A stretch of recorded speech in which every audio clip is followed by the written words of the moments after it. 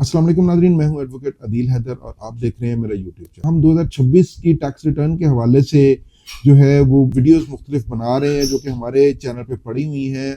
हर topic पे तकरीबन बनाते जा रहे हैं। किसी भी वीडियो को आप जब उसकी वीडियोस में जाएंगे तो वो देख सकते हैं अपनी जो आपको कन्फ्यूजन, जो आपको मसला रिटर्न फाइल करते वक्त पेश आ रहा है, आप उसको देख सकते हैं। पहले रिटर्न क्योंकि बहुत सादा भी थी, सिंपल थी और उसको तमाम लोग जो है ना वो फिल कर लेते थे, क्योंकि एक बहुत बड़ी तादाद ऐसी है जो किसी टैक्स कंसल्टेंट के साथ कंसल्ट नहीं करती और अपनी रिटर्न खुद फाइल करते हैं, जो कि शायद वो बेहतर समझते हैं कि हम अपनी रिटर्न खुद फाइल करें। मैं इसके बारे में कोई राय अपनी देना ही नहीं चाहता इसके बारे में, क्योंकि वो ये समझते हैं कि उन्हें अपनी रिटर्न खुद फाइल करनी आती है और वो इसको खुद फाइल कर सकते हैं। बहरल बेहतर है वो कर रहे हैं। बहरल अगर कोई फर्ज किया कन्फ्यूजन है तो for the sake of their betterment, for the sake of their benefit, हमारा ये फर्ज बनता है कि अगर हमारी किसी चीज से किसी को कोई भला हो जाए, किसी का कोई फायदा हो जाए तो ये बेहतर है।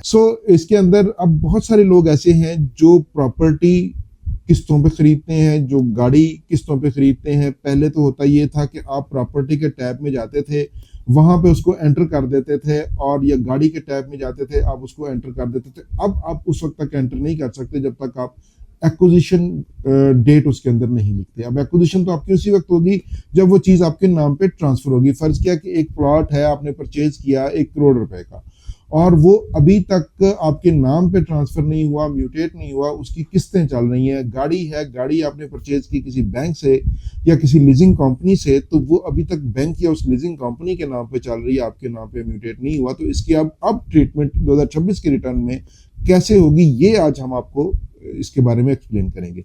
नादरीन, इसके दो तरीके होते हैं, लोग दो तरीकों से करते हैं। या तो मैं पहले प्लॉट की बात करूंगा कि अगर फर्ज किया कि 1 करोड़ रुपए प्लॉट की मालियत है और आपने एडवांस और 30/6/2026 तक आपने उसके ऊपर 40 लाख रुपया पे कर दिया है, इसी साल में परचेज किया और उसी साल में आपने जो है उसके ऊपर जो है वो 40 लाख रुपया पे कर दिया एडवांस, और किस्तों की मद में हर महीने किस्त जा रही है, तो आप उसकी ट्रीटमेंट अब 2026 में कैसे करेंगे? आप जाएंगे एनी अदर एसेट में और उसके अंदर जाके जितने पैसे आपने पे किए हैं उसके अंदर आप लिख देंगे कि जी मैंने इंस्टॉलमेंट पे इतने मरले का, इतने प्लाट का नंबर ये है, परचेज किया है फलां सोसाइटी में और ये इंस्टॉलमेंट पर है, और इतना इसकी एडवांस और इंस्टॉलमेंट पेमेंट 30/6/2026 तक जा चुकी है। क्योंकि एनी अदर एसेट में आप नरेशन लिख सकते हैं। आपको चाहिए कि इसके अंदर आप नरेशन लिख दें, आप लाइबिलिटी वाले चक्कर में ना पड़ें, क्योंकि वो गलत है। लाइबिलिटी तो उस वक्त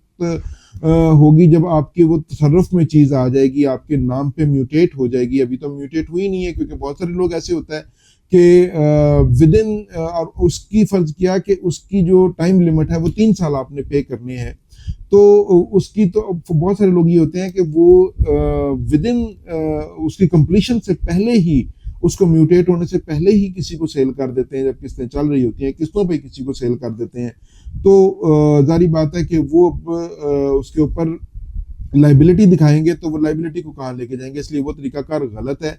आप उसको एनी अदर एसेट में लिखेंगे, क्योंकि ये बेसिकली आप एक एडवांस दे रहे हैं और उसके अंदर आपने जितनी पेमेंट अदा की है उसके मुताबिक ही लिखेंगे, वही आपकी इनकम। क्योंकि जारी बात, आप जो इनकम कमा रहे हैं उसी में से आपने एडवांस दिया है, या आपने अपने जो लास्ट ईयर के एसेट्स या कैश इन हैंड या कैश एट बैंक पड़ा हुआ है उसके अंदर से आपने एडवांस दिया है, और आपकी जो मंथली इनकम आ रही है उसके अंदर से आपकी किस्त जा रही है, तो वो आपका एडवांस की सूरत में जा रहा है, आपके एसेट की सूरत में वो अभी कन्वर्ट नहीं हुआ।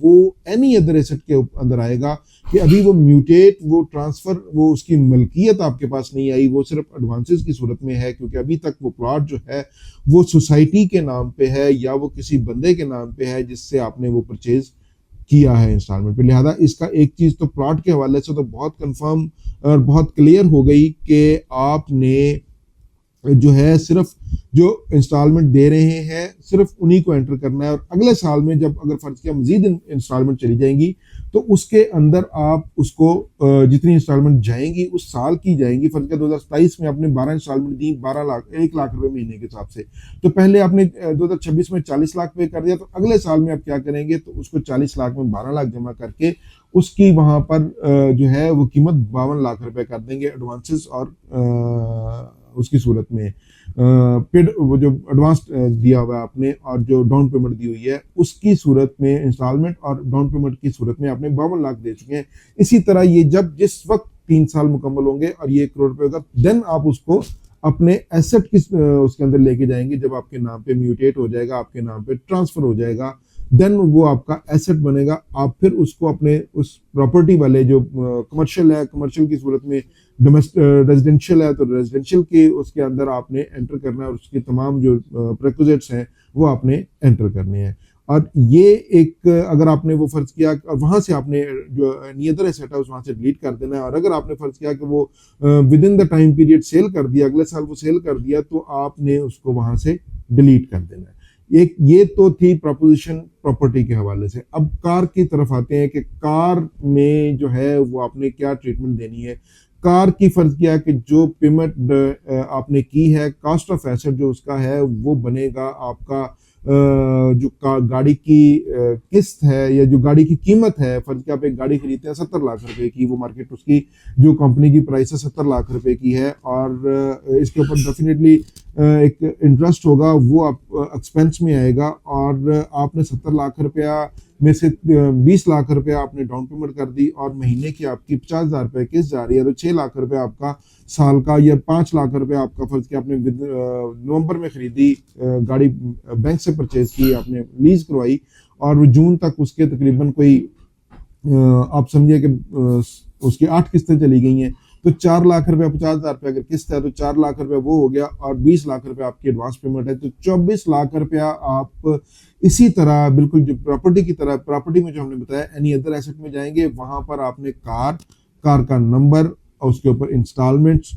और या ऑन लीज लिख दें या इंस्टॉलमेंट पे लिख दें और बैंक का नाम लिखें और गाड़ी का मेकर बताएं और रजिस्ट्रेशन नंबर जो भी है उसका वो बताएं उसका। और वहां पर आपने जो भी आपने एडवांस पेमेंट और इंस्टॉलमेंट की सूरत में अदा किया है वो लिख देना है। और जब वो गाड़ी कंप्लीट होगी, जब वो गाड़ी उसकी इंस्टॉलमेंट पूरी हो जाएगी 3 साल में, 2 साल में, जो भी आपने प्लान मुंतखब किया है, तो देन वो आपकी जो व्हीकल वाला जो उसका टैब है उसके अंदर जाएगी, क्योंकि एक्विजिशन डेट आपकी वो हो जाएगी और उस वक्त आप अपने उसके एसेट में मुकम्मल हो जाएगा और आप उसको एसेट में डिक्लेयर करेंगे। नाज़रीन, इसके बारे में अगर आपका कोई क्वेश्चन है, कोई कंफ्यूजन है, आप बिल्कुल कमेंट्स में पूछ सकते हैं, हम आपको बिल्कुल जवाब देंगे। और इंशाल्लाह ताला जब तक आप सेटिस्फाई नहीं होंगे, इंशाल्लाह ताला हम आपको जवाब देते रहेंगे। नाज़रीन, ये एक छोटी सी इन्फॉर्मेशन थी जो बहुत सारे लोग गलती करते हैं लाइबिलिटी में लिखने की, और या बहुत सारे लोग ऐसे हैं जो डिक्लेयर ही नहीं करते कि जनाब हमारे नाम पे तो प्रॉपर्टी नहीं है,